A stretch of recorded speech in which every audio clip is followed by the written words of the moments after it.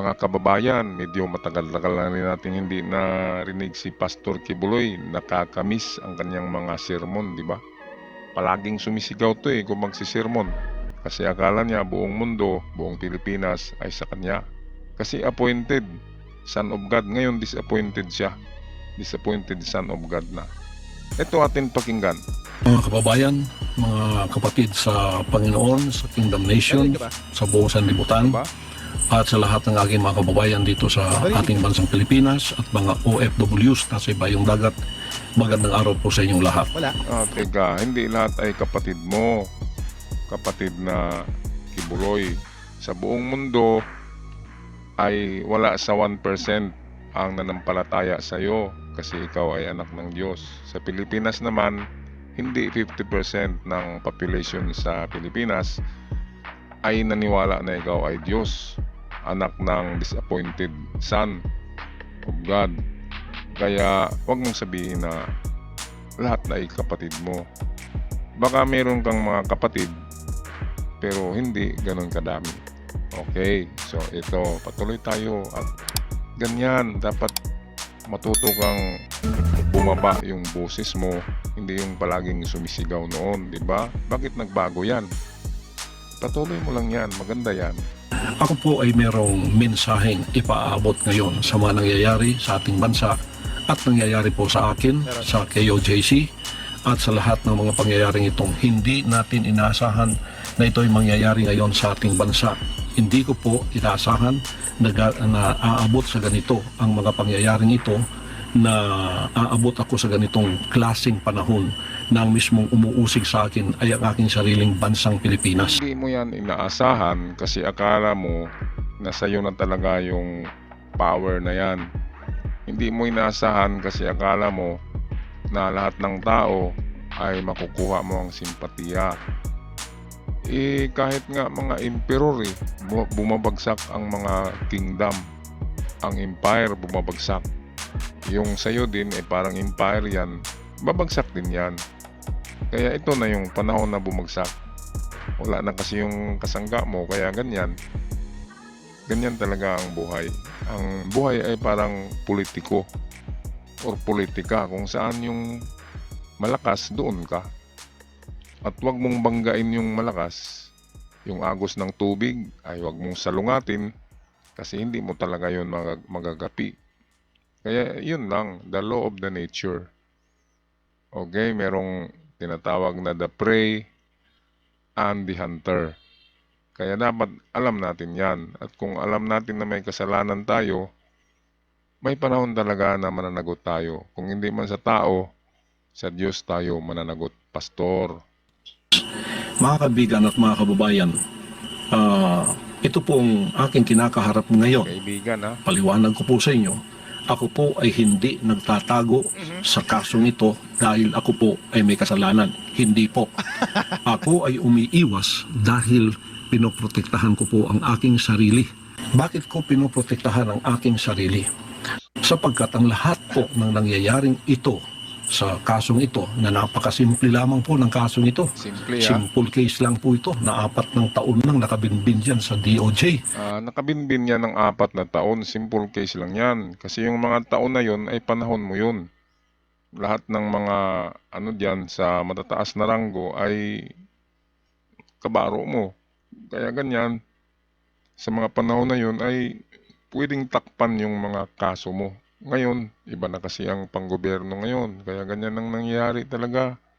Kung sinong mananalo, yun ang may power. At huwag nyo nang sira-siraan ba yung bagong panggobyerno. Kasi ganun talaga yun. Sa politiko, ganun talaga. Kung sino ang winner, yun ang victor. Yun ang magsusulat ng bagong istorya. Pagkatapos ngayon ay binuhay na naman nila. Binuhay Pagkatapos ito ang ginagawa ngayon na sangkalan upang ako ay kanilang habulin. Mga kaibigan at mga kababayan, umiiwas po ako sa pangyayaring ito dahil hindi po katulad ang kasong ito ng kanila ni Congressman Tebes at ni General Bantag. Hindi po. Si General Bantag at si Tebes ang kumakalaban po sa kanila ngayon na tumahabol ay ang gobyerno lamang ng Pilipinas. Ang sa akin po ay complex. tama ka. Hindi lang Amerika, hindi lang Pilipinas, meron pang ibang naghabol sa'yo. Kaya complicated talaga ang buhay kasi ginawa mo yan. Life is what you make it. Yun ang sabi sa kanta. Kaya kung ano man ang ating tinanim, yun ang ating anihin. Alam mo yan, pastor. Kaya kung inaano mo yung mga 12 years old, ay pagbayaran mo talaga yan. Kasi meron kang kasalanan sa tao. At hindi lang sa tao, sa pagdadala mo ng pangalan na anak ng Diyos. Complicated sapagkat meron po akong ginawang kaso sa Amerika. Ang gumawa ng mga kasong ito ay yung pong mga magnanakaw dito sa bansang kaharian na nung sila'y nahuli, lumayas at nag-iwan ng kaso kasi mga abogado po yung dalawa doon. Pagkatapos iniwan nilang kasong ito na ginamit nila itong alias Amanda para ako po ay magkaroon ng kaso dito at dinamay pa yung 5 kong kasamahan na puro inosente po kami ng kaso sa Amerika. Hindi po namin gawa yun, gawa po nila yun. Hindi, gawa mo yun. Pagkatapos nito, hinarap po namin ang kasong yun sa Hindi daw niya gawa. Pati yung mga sa mga 12 years old, hindi niya gawa. Dating mga niya yun mga membro na nag-reveal din na sa kanya, hindi na nananiwala. Ano ba talagang akala nitong tao na ito na ang mga utak ng mga membro niya ay utak daga na hindi magbago yung isip o utak lamok? Mga tao kasi yan.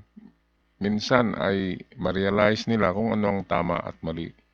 Kaya tayo na makasalanan, tayong gumagawa ng kasalanan, alam natin na may isang araw sa pagising natin ay magbabayad tayo sa ating mga ginagawa. Amerika. 43 counts, kumuha kami ng 22 abogado doon at tinarap ang kasong yun Di ba na kayo meron humaharap? akong sagot ang lahat ng kanilang mga inakusa sa amin. Naghihintay na lang kami ng panahon kung kailan yun ang trial mangyayari. Grabe no? 22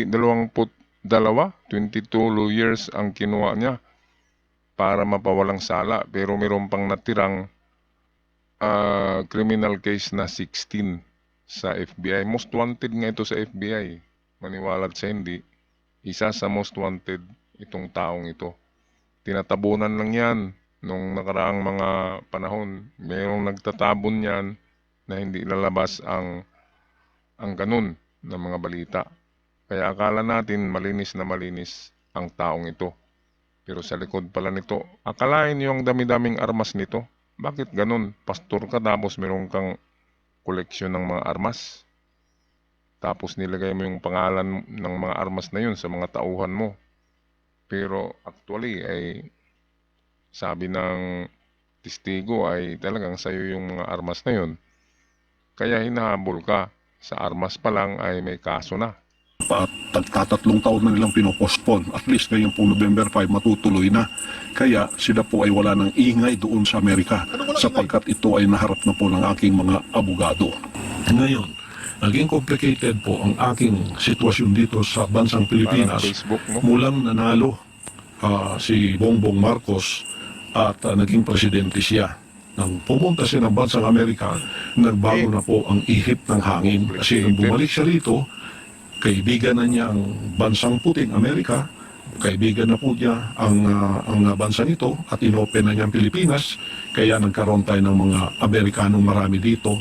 Nandiyan na yung EDCA at hindi lamang po yun na naging open. Pati po ako, ang kaso ko ay naging complicated dahil isinama na po sa sitwasyon na ang mga puting yan ay naririto at ako po ay Dahil ikaw ay maka-Chinese, kaya kalaban mo ang puti.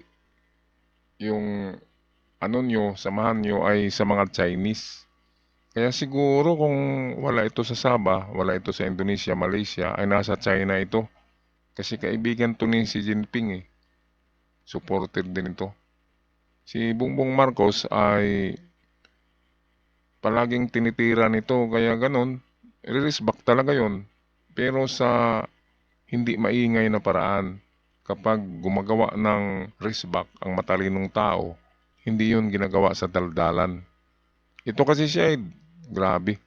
Tinitira palagi si Bongbong Marcos. Ganon din yung niya, kaibigan niya. Tinitira palagi. Sinisiraan ng dapat ay kung matalino ka, huwag mong idaan sa ganyan na publicity. Okay, kaya yan, bumirang, bumalik sa iyo ang instant karma. Ako hindi ako galit sa taong ito eh. Ano lang ako sa pananalita nito, hindi ko magustuhan. Hanggang sa ngayon ay siya pa rin ang tama, hindi niya tinatanggap na meron siyang kasalanan. Kaya yung simpatiya ng tao ay nawawala. Pati ako, noon bilib ako dito sa kanya eh. Bilib na bilib ako dito sa kanya, lalo na yung mga magagandang babae niya, bilib ako sa kanya. Pero ngayon, naglaho na lahat ang bilib ko kay Pastor. Hiningi na nila sa kamay ng rehimeng Marcos. Kaya noong December 21 o 22, nagkasundo na po yung dalawang yan. Ang rehimeng Marcos, si Marcos mismo, at ang FBI at CIA, nagkasundo na po na ako'y ibigay sa kanilang kamay. Ayan, yan ang parang parang yan yung nangyari kay Jesus, na ibinigay si Jesus ni Judah doon sa mga Romano na naghahanap sa kanya at napako tuloy sa cross si Jesucristo dahil doon kay Judah or Judas ba yun or Jude, ano bang totoong pangalan nun ng apostol na yun. Kaya ganun talaga, kapag anak ka ng Diyos, ipapako mo talaga sa cross. Kaya wag magpanggap na mga anak ng Diyos. Kung magpapanggap kayo na kayo si Jesucristo, ay meron talagang magpapako sa inyo. Kaya wag niyong gawin yan. Maawa kayo sa sarili niyo. Wag magpapako sa cross. Wag magsabi, wag magpanggap na disappointed son of God. Baka tuluyang ma-disappointed din kayo. Alright. Kaya ito ang lesson to learn.